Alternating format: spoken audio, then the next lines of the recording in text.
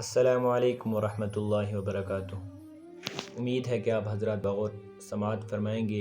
میں صلاۃ و تسبیح کا طریقہ بیان کرنے جا رہا ہوں، تو کچھ فضیلتیں بیان کر دوں کہ آپ صلی اللہ علیہ وسلم نے اپنے چاچا کو اس کی کچھ فضیلتیں بیان فرمائی تھی، کچھ فائدے بیان کیے تھے۔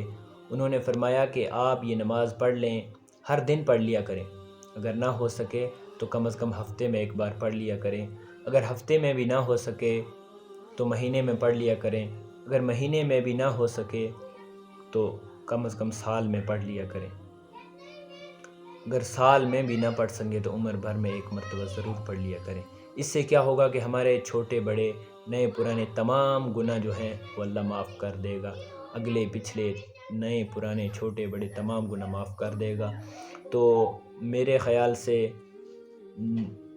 یہ جو نماز ہے اس کو بہت سارے لوگ جو ہیں وہ لیلۃ القدر کے موقع پر پڑھتے ہیں، یعنی اس رات میں پڑھتے ہیں، تو بہت فائدہ ہے، کیونکہ وہ رات بھی لیلۃ القدر 1000 مہینوں سے بہتر ہے، تو بہت فائدہ ہوگا، کیونکہ اس میں بہت سے لوگوں کی تمام لوگوں کی مغفرت ہو جاتی ہے۔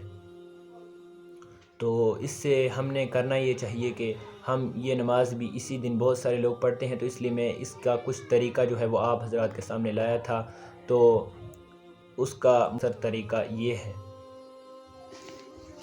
4 رکعت نفل کی نیند باندھ کر سب سے پہلے ثنا پڑھیں، اس کے بعد 15 بار یہ کلمات پڑھ لیں: سبحان اللہ والحمد للہ ولا الہ الا اللہ واللہ اکبر۔ پھر اس کے بعد سورہ فاتحہ اور سورت کی تلاوت کرنے کے بعد جو ہم عام نمازوں میں پڑھتے ہیں 10 بار یہی کلمات پڑھیں۔ پھر رکوع میں جانے کے بعد یہی کلمات 10 مرتبہ پڑھیں۔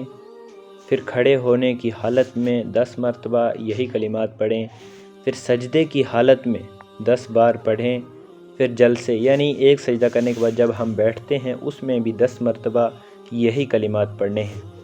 پھر دوسرے سجدے میں جانے کے بعد بھی یہی کلمات 10 مرتبہ پڑھنے ہیں۔ اس حساب سے ایک رکعت میں 75 مرتبہ ہو گیا، اور 4 رکعتوں میں 300 مرتبہ ہو جائے گا۔